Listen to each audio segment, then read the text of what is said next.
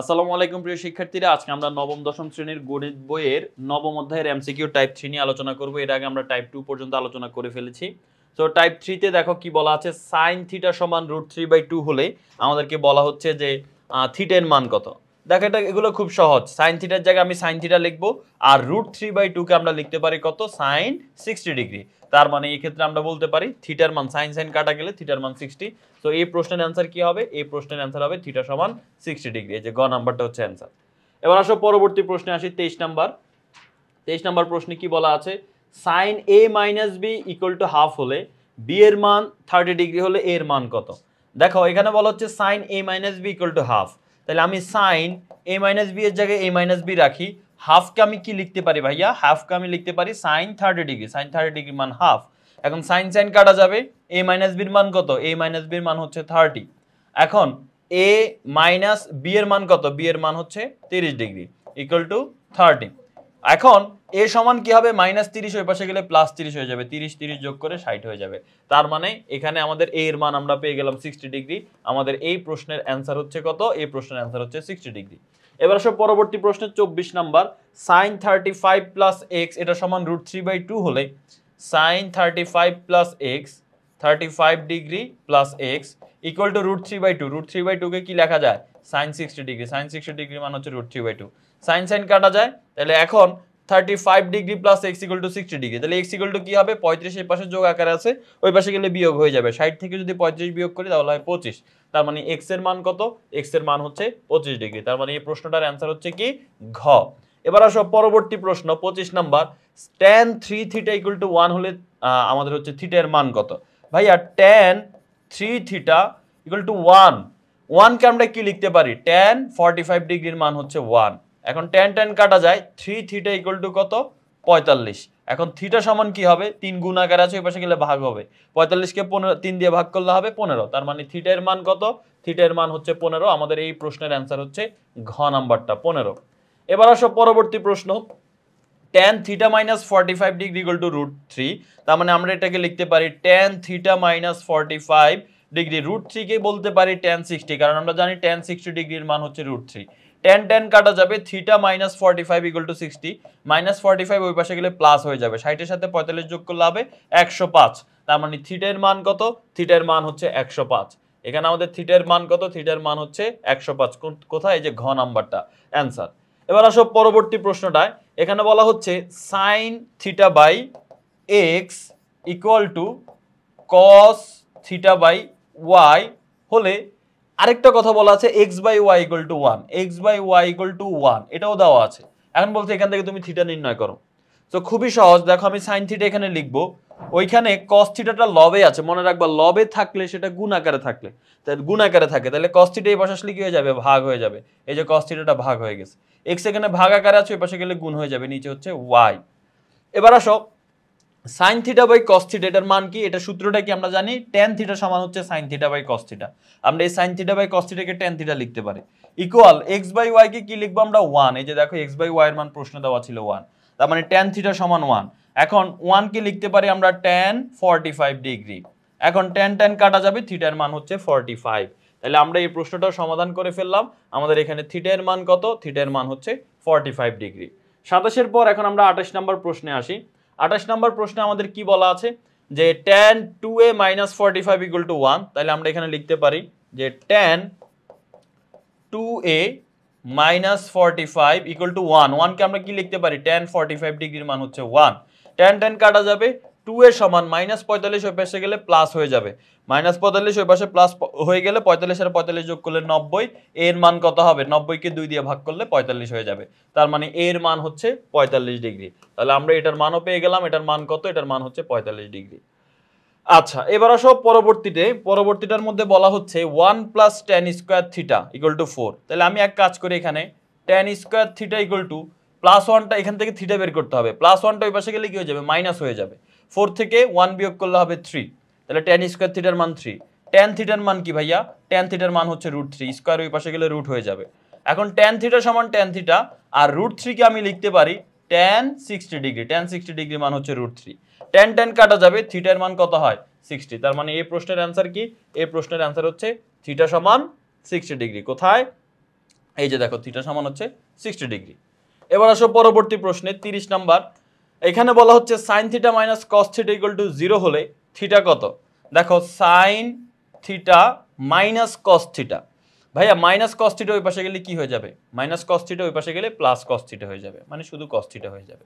তার মানে এখানে আমাদের দাঁড়াচ্ছে sine theta equal to cos theta. এখন এখান থেকে আমাদের থিটা বের করতে হবে। দেখো আমরা এমনিতেও জানি, এগুলো সহজেই অ্যান্সার করা যায়, আমরা এমনিতেও জানি সাইন থিটার কস থিটার মান কখন সমান হয়? সাইন 45 ডিগ্রির মান 1/√2, কস 45 ডিগ্রির মান 1/√2। তার মানে থিটার মান অবশ্যই 45, তাই না? থিটার মান অবশ্যই 45, কারণ 45 না হলে তো সমান হয় না। তাহলে এটা থিটার মান 45 হলে সাইন 45 এটাও 1/√2 হবে, এটাও 1/√2 হবে। তাছাড়া তুমি যদি এভাবে করতে যাও, দেখো কস থিটার সাথে কোনো কিছু গুণ আকারে নাই, মানে 1 আছে। এখন কস থিটা গুণ আকারে আছে, এই পাশে আসলে ভাগ হয়ে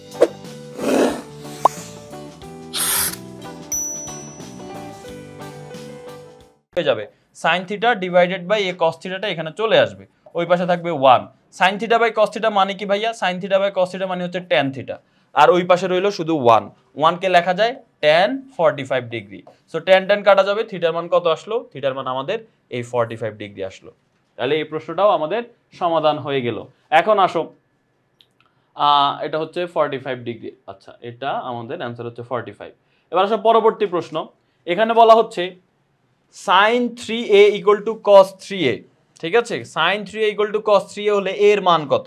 ভাই একটু আগে আমরা দেখলাম, আগের এমসিকিউতেই দেখলাম যে sign 3a equal to cos 3a, কখন এ সাইন আর কস সমান হয়? যখন এই কোণগুলোর মান 45 হয়। এই যে এখানে সাইন আর কস সমান হয়েছিল না মাইনাস কস ওই পাশে গিয়ে? কখন হয়েছিল? যখন থিটার মান 45। তার মানে এখানেও এই থিটার মান 45 হবে, তাই না? এখানে এই 3 এর মান কত? এখানে থিটা বলতে 3a বোঝাচ্ছে, 3 এর মান 45 হবে। ওই যে তুমি ভাগ করো আগেরটার মতো আমি যেভাবে করাইছি, cos a পাশে আনলে ভাগ হয়ে যাবে, sin 3a by cos 3a মানে tan 3a, tan 3 equal to 1, tan 60 degree, sorry tan 45 degree, tan tan কাটা যাবে, 3 এর মান 45।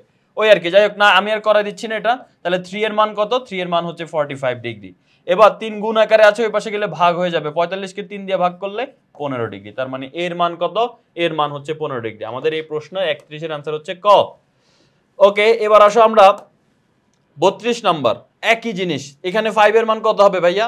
5 এর মান হবে আমাদের ওই যে 45 ডিগ্রি, আগেরটার মতো একদম হুবহু। তাহলে এর মান কত হবে? 5 গুণ আকারে আছে, ওই পাশে গেলে ভাগ হয়ে যাবে, 45 কে 5 দিয়ে ভাগ করলে কত হবে? 5 নং 45, তার মানে 9 ডিগ্রি। এর মান কত? এর মান হচ্ছে 9 ডিগ্রি। আমাদের 32 নাম্বারের অ্যান্সার কি? 32 নাম্বারের অ্যান্সার হচ্ছে গ। ওকে, 32 নাম্বার শেষ হওয়ার পরে এখন আসি আমরা এই টাইপের সর্বশেষ এমসিকিউ, যেটা 33 নাম্বার এমসিকিউ। এখানে tan থিটা এর মান দেওয়া আছে, দেখো tan থিটা এর মান দেওয়া আছে কত? 4/5। এখন cosec theta by cot theta নির্ণয় করতে বলতেছে। তো cosec theta by cot theta এটা আমরা নির্ণয় করতে পারবো, কোনো সমস্যা নাই। দেখো কিভাবে, এটা তুমি সমাধান করেও করতে পারো, আরেকটা পদ্ধতি আছে। দেখো আমরা জানি এই ত্রিকোণমিতি সবকিছু সমকোণী ত্রিভুজের উপর ডিপেন্ডেন্ট। তো সমকোণী ত্রিভুজ যদি আমরা অঙ্কন করি, সমকোণী ত্রিভুজের tan থিটা সমান আমরা জানি লম্ব বাই ভূমি। তার মানে লম্ব হচ্ছে 4, ভূমি হচ্ছে 5। তার মানে এই যে লম্ব হচ্ছে 4, ভূমি হচ্ছে 5। এবার তুমি অতিভুজটা নির্ণয় করে ফেলো ভাইয়া। অতিভুজের সূত্র কি? রুট ওভার লম্ব square divided by root over লম্ব স্কয়ার প্লাস ভূমি স্কয়ার। তার মানে রুট ওভার লম্ব স্কয়ার মানে 4 স্কয়ার, 4 স্কয়ার মানে 16, আর ভূমি স্কয়ার মানে হচ্ছে 5 স্কয়ার, 5 স্কয়ার মানে হচ্ছে 25। এখন 25 আর 16 যোগ করলে হয় 41, তার মানে রুট ওভার 41। তাহলে আমরা এখানে অতিভুজের মান পেয়ে গেলাম রুট ওভার 41। এখন দেখো এখানে আমরা যে কাজটা করতে পারি সেটা হচ্ছে কোসেক থিটা। এই যে দেখো কোসেক থিটা মানে কি? কোসেক থিটার সূত্র কি? কোসেক থিটার সূত্র হচ্ছে অতিভুজ বাই লম্ব। কোসেক থিটার সূত্র কি? অতিভুজ বাই লম্ব। তো অতিভুজ হচ্ছে রুট ওভার 41 ডিভাইডেড বাই লম্ব হচ্ছে 4। এবার কট থিটা, কট থিটা সমান হচ্ছে ভূমি বাই লম্ব। ভূমি কত ভাইয়া? ভূমি হচ্ছে 5, আর লম্ব কত? Root over 41। এবার আমরা লবটাকে আগে লিখি, রুট ওভার 41 ডিভাইডেড বাই 4। এই ভাগ চিহ্নটাকে গুণ চিহ্ন দিলে এখানে এটা উল্টায় যাবে, রুট ওভার 41 চলে যাবে উপরে আর 5 চলে আসবে নিচে। এখন 4 আর 5 গুণ দিলে কত হয়? 20। আর এখানে রুট ওভার 41 যদি আমরা গুণ দেই তাহলে কি হবে? Root over 41 square. এখন রুট ওভার 41 স্কয়ার যদি হয়, 41 স্কয়ার হলে এখানে আমরা স্কয়ার কাটাকাটি করে দিতে পারি। তাহলে এখানে থাকে আমাদের 41/20। এই যে এখানে রুটের স্কয়ার কাটা গেলে শুধু 41 থাকবে, নিচে হচ্ছে 20। এটা অপশনে আছে, এটা তো অপশনে নাই, তাহলে আমাদের কোনো জায়গায় প্রবলেম হয়েছে। আমরা আরেকবার একটু চেক করি। দেখো tan থিটা লম্ব বাই ভূমি, লম্ব 4, ভূমি হচ্ছে 5। তাহলে অতিভুজের সূত্র কি? রুট ওভার লম্ব স্কয়ার প্লাস ভূমি স্কয়ার, 16 আর 25 যোগ করলে 41। আচ্ছা, অতিভুজ 41। এবার কোসেক থিটা সমান আমরা জানি অতিভুজ বাই লম্ব। সো অতিভুজ হচ্ছে রুট ওভার 41 আর লম্ব হচ্ছে 4, রুট ওভার 41/4। আচ্ছা, এবার কট থিটা সমান হচ্ছে ভূমি বাই লম্ব। তো আচ্ছা, ভূমি বাই লম্ব, কট থিটা সমান হচ্ছে ভূমি বাই লম্ব। আমরা এখানে একটু ভুল করে ফেলছি।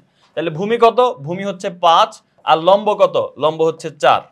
ঠিক আছে, তাহলে এখন আমরা আবার এই ক্যালকুলেশনটা করে ফেলি এখানে। সো এখানে যদি আমরা দেখি যে উপরে হচ্ছে কি রুট ওভার 41/4।